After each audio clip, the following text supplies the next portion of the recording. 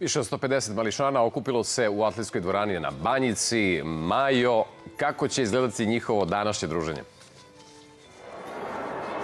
Biće dinamično, Branko, to je ono što mogu da garantujem, a to je atmosfera koja definitivno može da se doživi i na kontu svih ovih njihovih povika i žamora, iako se oni tek preslače, iako se tek pripremaju, zapravo jer cijela manifestacija počinje od 10 časova, ovde je zaista onako raspoloženje na nivou. Manifestacija Odluči se za sport, veoma važna manifestacija. Sa nama ovoga jutra Maja Kremić, nacionalna direktorka fondacije Novak Đoković, izuzetan skup.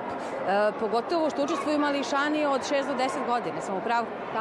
Tako je. Hvala vam što ste sa nama. Nama je izuzetno važno da u susret Međunarodnom danu sporta pošaljemo poruku kako roditeljima, tako i deci koliko je zapravo važno baviti se sportom, na koji način sport utiče na decu da se spreme za kasnije izazove u životu, kako ih uči pozitivnoj disciplini, kako ih uči da budu uporni, a opet strpljivi, kako ih uči da mogu da pobede i posle poraza i da budu fair pre svega, iako su možda nekada na različitim stranama terena. To su sve važne stvari i važne vrednosti koje mi kao ispred fondacije Novak Đoković, fondacije koja nosi ime najboljeg sportiste sveta, želimo da pošaljemo i da poručimo.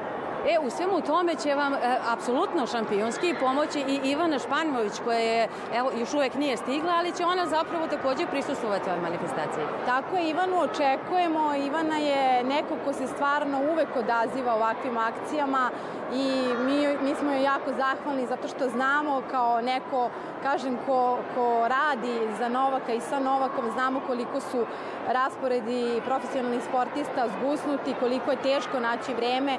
Ona je neko stvarno ko uvek nađe vreme za prave inicijative i stvarno smo zahvalni i srećni što će danas biti ovde. Verujem da će njeno prisustvo promeniti možda nekoj deci život, možda će se danas odlučiti za atletiku, možda će ostvariti svoj san i upoznati je danas, tako da očekujemo je i jako smo srećni zato što će biti sa nama danas. Sjajna poruka i poziv za sve mališane. Hvala vam najlepše. Ja na kraju samo da dodam da se ova manifestacija organizuje u saradnji sa Atletskim savezom Srbije i u saradnji sa Sportskim savezom osoba sa invaliditetom. Toliko za ovo javljanje. Mi ćemo još malo ostati da uživamo u ovoj čaroliji dečijeg žamora i iščekivanja da dođu njihovi šampioni. Toliko za ovo javljanje. Branko? Majo, hvala ti najlepše. Hvala i našoj sagovornici.